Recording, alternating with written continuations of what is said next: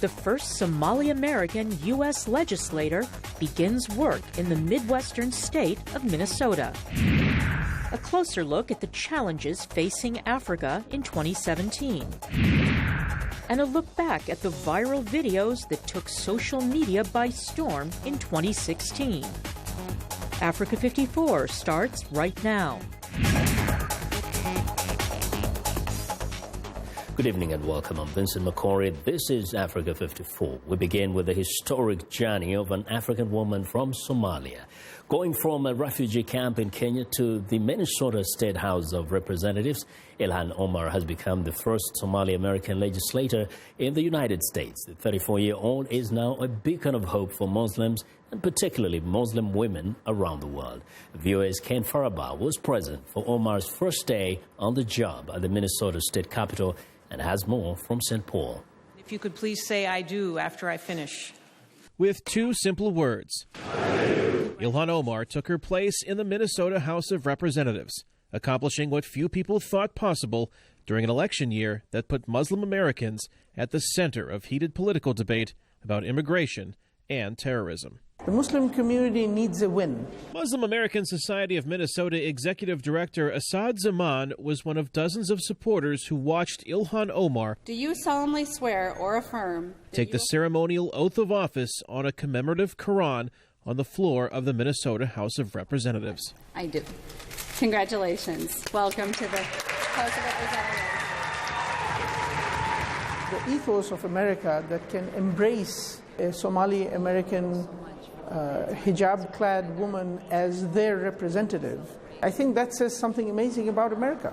The negativity of the 2016 presidential election campaign is now a footnote for Ilhan Omar, who views her role in the national conversation about Muslim Americans as a positive one. It sort of provides a counter-narrative to say, well, all is not bad, that there is good, and if someone like Ilhan, who has all of the odds against her, can succeed, then, we are able to see that as a country we do have a balance of both good and bad, and that we just have to figure out a way to come together and make sure that we are amplifying the voices of good. While Omar is the first Somali-American legislator serving in Minnesota state government, she did not win the support of the majority of the Somali-American voters in her Minneapolis district.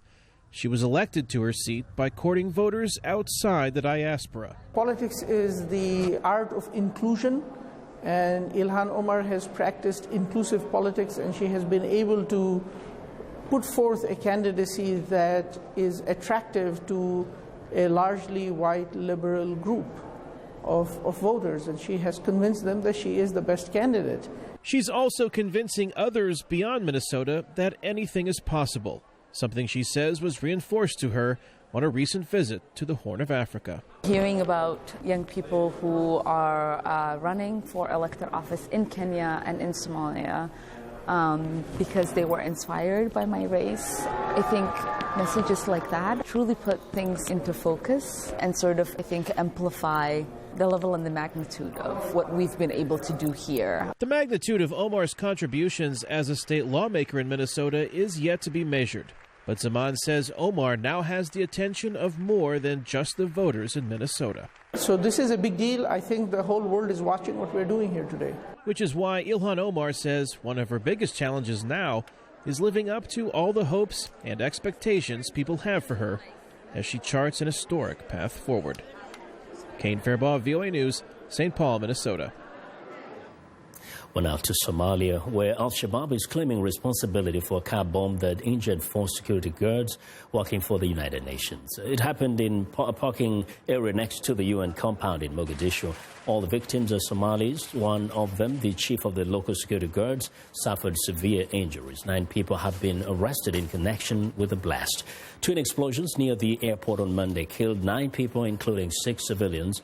Al-Shabaab has also claimed responsibility for that attack. Well, Antonio Guterres, the new United Nations Secretary General, says the world is facing very challenging times that will only be navigated through international cooperation. Guterres expressed his views in brief remarks Tuesday to UN staffers at the world body's New York headquarters, his first since beginning his 5-year term on Sunday. The former UN refugee agency chief also acknowledged the organization's shortcomings and urged collective engagement to reform the 72-year-old institution. There's a lot of skepticism about the role the UN can play. And so I think it's very important for us to be proud of what we do as UN, to recognize our achievements, and at the same time we need to make sure that we are able to reform the UN development system as member states have asked us. While many observers are concerned that U.S. President-elect Donald Trump could drastically cut funding to the UN at a time when it is overwhelmed with crisis. Well, here in Washington, U.S. President Barack Obama is on Capitol Hill Wednesday to rally Democratic lawmakers to protect his landmark health care legislation. Vice President-elect Mike Pence will be there, too, to talk with Republicans about repealing the program frequently referred to as Obamacare. The dueling meetings highlight one of the major upcoming battles as the White House transitions from Barack Obama to Donald Trump. Meantime, we saw a major flip-flop by Republicans on their first day back at work.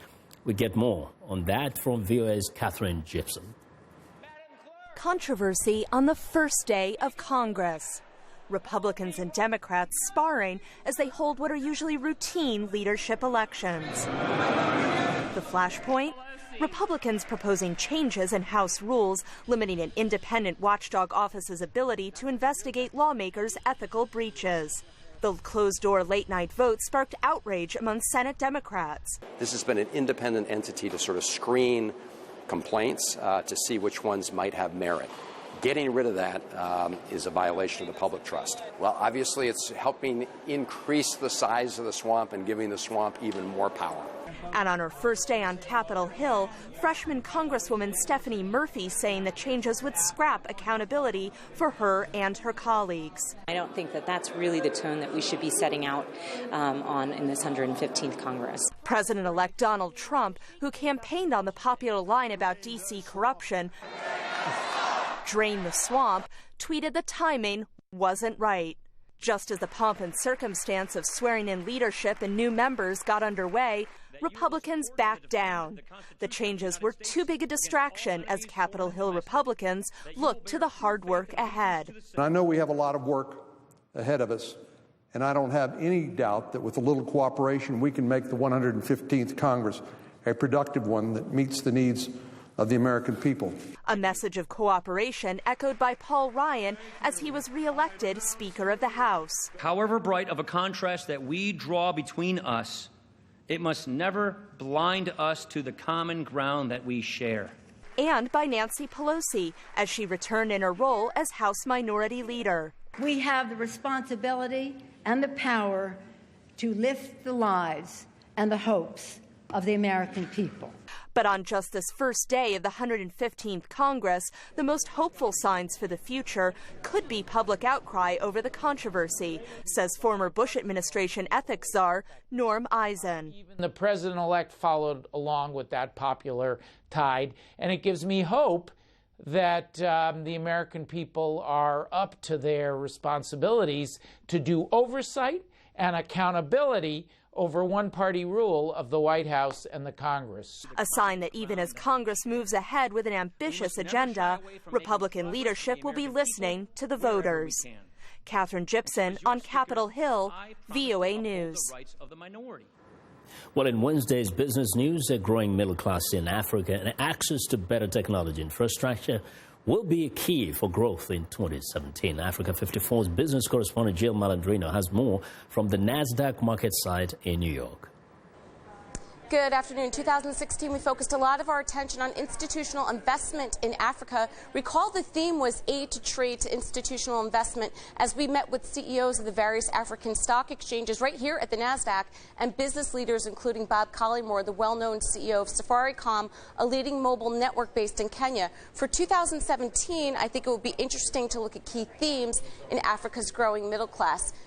Wim Vanderbeek is the founder and managing partner of Goodwill Investments, a firm that provides early-stage growth capital and hands-on support to providers of basic goods and services for the majority world in sub-Saharan Africa and India. Now, Vanderbeek explains that the Africa Rising narrative is increasingly giving way to that of aspiring Africa, as the base of the pyramid, or what we call BOP, shrinks and the new middle class burgeons. Now, central to this view narrative is inclusive growth, the idea that economic growth must come with equitable opportunities for all participants with benefits enjoyed by every section of society. It's evident that from financial services to education, healthcare to transport, technology is the pivotal common denominator. Now, there's 4 factors that are critical in enabling the growth in the inclusion of digital economy: improved access to the internet, increased access to smartphones, reducing cost of communication, and finally creating technology solution. So these are the themes we are going to keep a close eye on in 2017 and beyond. Africa is the youngest continent populated by digitally savvy and creative Africans that are keen to grab these opportunities that the digital economy creates for them as economically included citizens. From the NASDAQ market site in New York, I'm Jill Malandrino, and this is Africa 54 Business TV. Well, thanks a lot, Jill. We want to know what you think about Africa 54 and the stories we covered. Join the conversation on Facebook.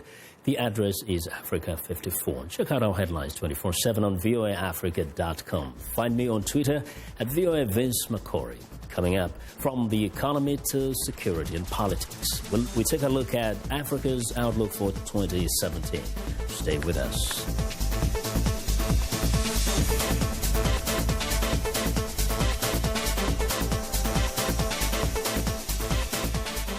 I am Sheikh Sali, host and senior editor of VOA's international call-in talk show, Straight Talk Africa. Today, we'll examine the tobacco industry. We pretty much touch on anything that you can think of. Politics, health issues, human rights issues, you name it, we talk about it. The issues that we discuss are pertinent to most people on the African continent. A very, very rare and unique opportunity to interact with their leaders.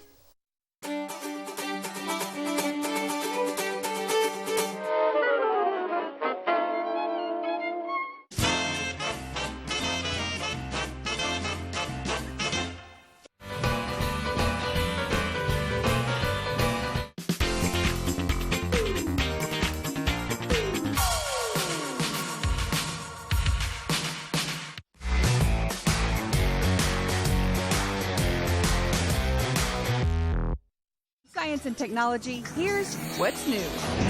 What's New is a pilotless aircraft the size of a car that will be able to go where other aircraft can't.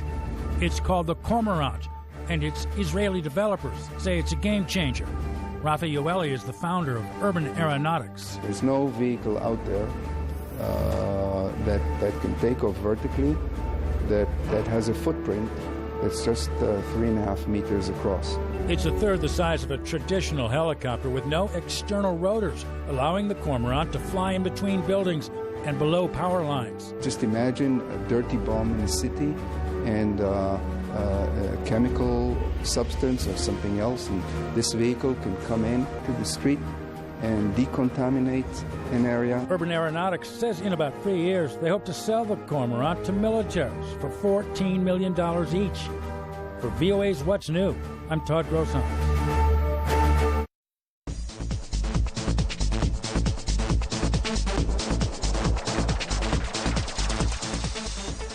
Welcome back. As Africa ushered in 2017, it may have been lost on many that there is a big drive to boost infrastructure and road networks across the continent. In Kenya, the standard gauge railway network is an ambitious infrastructure project aimed at boosting trade and cutting transport costs across Eastern Africa. Ethiopia made huge strides in 2016 with the October inauguration of a new railway line linking the capital Addis Ababa with Djibouti. The country wants to have 5,000 kilometers of new rail lines by 2020 to boost the economy by improving transport.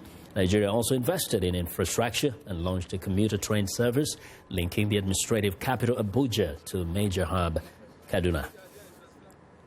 Now, the new year always brings new hope that perhaps things will turn out better than the previous year. To avoid disappointment, though, it always helps to do a reality check. So really, what lies ahead for Africa in 2017? To get a better perspective, I'm joined by Nyaka Lagoke, an analyst on African affairs and friend of the show. Welcome back. Thank you very much. I hope you're having a great Happy New Year. Thank you. I hope you're having a great start to the year, right? Yes. Okay, now, you know, as we mentioned there are things that are really cannot be avoided. Looking ahead, what do you think is going to be one of the immediate things that people will be focusing on as we get into 2017? It is surprising enough. The day we are going to organize our conference here on Cuba, Africa, and the world, January 7, on the continent of Africa and many capitals in Africa and many other capitals in Europe, a number of organizations have launched a campaign against the CFA franc, which is controlled by France. And then, according to the contracts, Africans are depositing 50% of their reserves in the French public treasury. So there is a growing momentum, a Pan-African consciousness against that currency, which is considered to be a colonial or neo-colonial currency. That's big stuff that we need to watch, and it's going to start on January 7. Wow. And sometime in January, so we're supposed to expect an inauguration of a president in the Gambia. But then who's going to be president? Yeah, Gambia, this is all of us, we were taken by surprise after what Yahya Jammeh did. But I believe that what he's doing is not sustainable. Somehow the African leaders will find a way in order to stop what he's doing, because he recognized that he lost the election and later on he's complaining. But one thing I want to say, though, on this is that I am not in favor of a military action against Yahya Jammeh. If they need to fund some billions of CFA, to redo the election, to avoid the loss of human lives, then I will be in favor of that. But I believe that Yahya Jammeh, should step down. Do you think he's genuine, or perhaps he could be taken up on the call to have a fresh election? Yeah, because he said it. So if people say no and they go to war, it's like the same thing in Ivory Coast. He said, want the new election, okay, let's do it. And then with the popular outcry against his attitude, I will be surprised, to see him winning, that new election.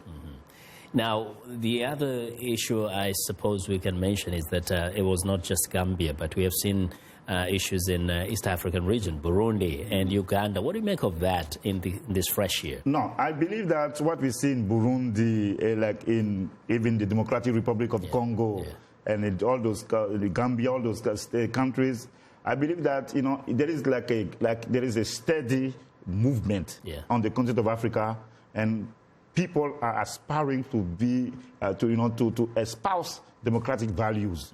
And then what Museveni or Kabila and then the president of Burundi, what they're doing, for me, again, it is not sustainable. Somehow, these are the negative things that happen on the continent. But like you said, we need to look at many more beautiful things. For instance, the peaceful transition election in Ghana. Yeah, that's the coming. beautiful election in Benin. Exactly. And then Nigeria, even if it was in 2015, there are, Africans are moving forward and they're moving, to a better future. But as they move forward, we were also hoping that we won't see conflicts spilling over to 2017. But what do we see in Southern Sudan? No, we cannot avoid. So now we are not at the stage where we're going to avoid conflicts on Africa, on the continent of Africa, for several reasons. People are fighting for power, and then there are many unresolved issues, like within countries and between countries, and also the neo-colonial interference in our domestic affairs. Do you think South Sudan will continue being this big crisis? No, I think it's as long as the president then continue the way he's doing. And then I think that, yes, South Sudan is going to be like a hotspot on the continent of Africa when it comes to insecurity. And definitely we're also looking at the situation in CAR. And then how about terrorism? Have we gotten a handle on that problem? Yeah, for terrorism, again, we had a terrorist attack in Ivory Coast, terrorist attack in Mali, terrorist attack in Burkina Faso. And, of course, we have Boko Haram in Nigeria. My position is that it is time for African leaders to come together within a Pan-African framework, to fight terrorism, They may have the support of some European powers or America, but they should not count on America or Europe, to go and fight, terrorism. Because we know, for instance, that Hillary Clinton, when in Nigeria people wanted her to consider Boko Haram as a terrorist organization, she opposed, the desire of the president. So somehow, this is, we're not going to count on people who think like that, to try and go and hope that they can help us fight terrorism. But Africans have to come together themselves. Now, very quickly, do you think throughout the year 2016, in a way, people forgot about the economic development of the continent? Some say a lot has been happening. What do you make of it? Yeah, you said in your beautiful report, yes, there are some things that are happening on the continent, on the economic front. And then, even the people that we criticize in power, they're trying, to do some infrastructure development.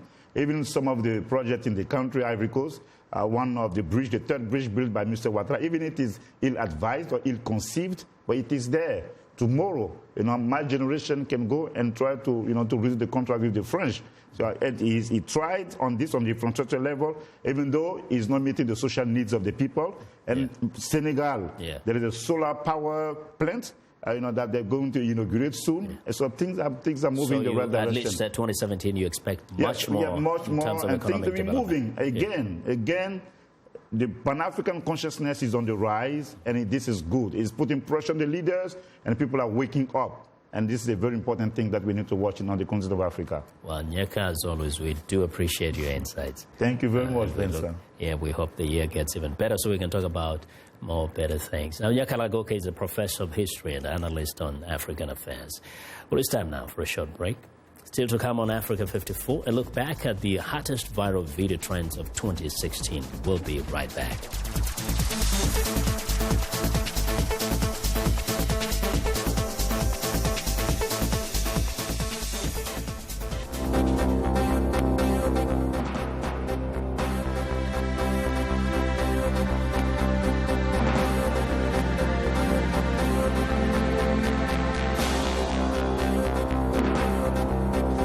I hereby declare Adama Barrow duly elected to serve as President of the Republic of the Gambia.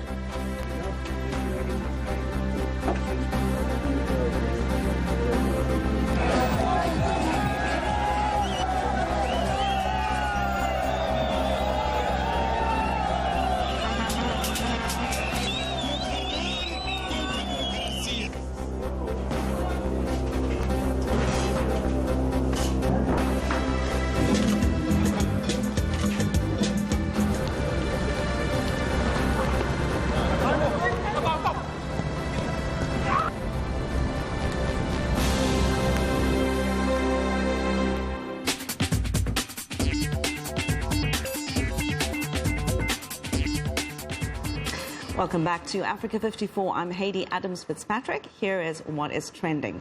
If you're a fan of Ethiopian cuisine, you're probably familiar with injera. That's the spongy flatbread, which is a national dish in the Horn of Africa country.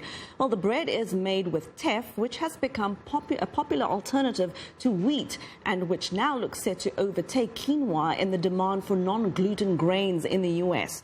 A decade-long export ban was put in place when the Ethiopian government saw how foreign demand pushed up quinoa prices. That created concern about food security among local people. Well, improved machinery and better farming practices encouraged the government to feel confident enough to lift the ban. Well, in trending health news, is that old hip or knee giving you trouble? If the answer is yes, you're not alone. An American study shows the demand for replacement joints is soaring.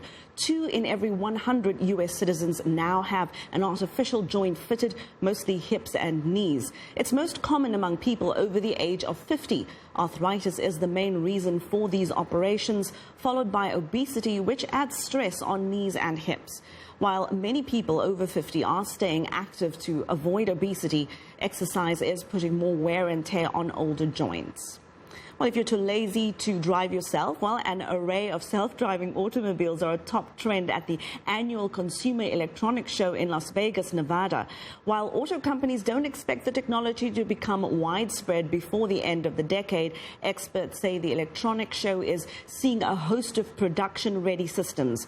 South Korean automaker Hyundai's prototype includes 3 sensors and 4 cameras that detect color for traffic signals, lane change warnings, and pedestrian detection. Researchers say the U.S. market will see the earliest deployment of autonomous vehicles by 2020. I don't know, somehow it sounds like driving is going to become more complicated. Well, that is what is trending today. Vincent, it's back to you. And I think we are going to be that lazy. It's the reality of the future. Now, the internet is a wild and sometimes wacky place. What starts as a simple video of people standing perfectly still can explode on social media in a matter of minutes. VOA's Arash Arabasadi revisits some of what went viral in 2016. Each year in the era of social media is another year in viral videos. Take, for instance, this year's Mannequin Challenge. It is basically people standing perfectly still. But a few American police departments joined the fun. Oh, I'm such a happy Chewbacca! Candace Payne bought herself a birthday present of a mask of Chewbacca from Star Wars. She laughed her way to a record-breaking 164 million Facebook views. Payne, known widely as Chewbacca Mom, appeared on several TV shows and people started buying the mask. She raked in thousands of dollars of goodies from the manufacturer and the retailer. A university in Florida even offered both of her kids full scholarships.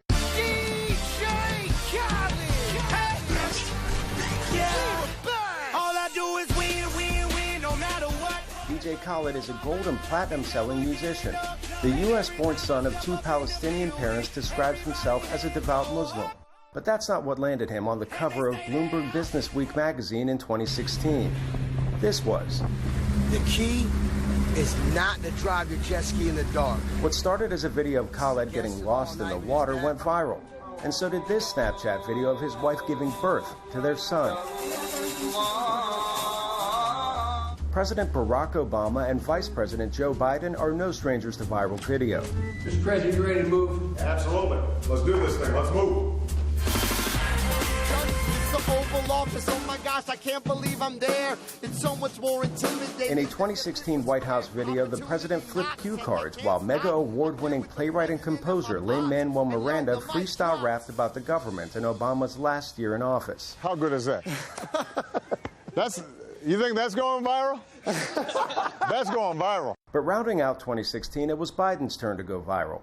The so-called No Joe viral sensation was as much a goodbye to Obama and Biden as it was a look ahead to Trump and his Vice President, Mike Pence. Arash Arabasadi, VOA News, Washington. Well, and that's our show for today, and I'll be sure to watch Africa 54 on our website at voaafrica.com. For more news, tune in to VOA's evening radio show Africa News Tonight at 1800 UTC. And in the mornings today, Break Africa between 0300 and 0600 UTC. That's Monday through Friday. Thanks a lot for watching from all of us here in Washington. Have a good night.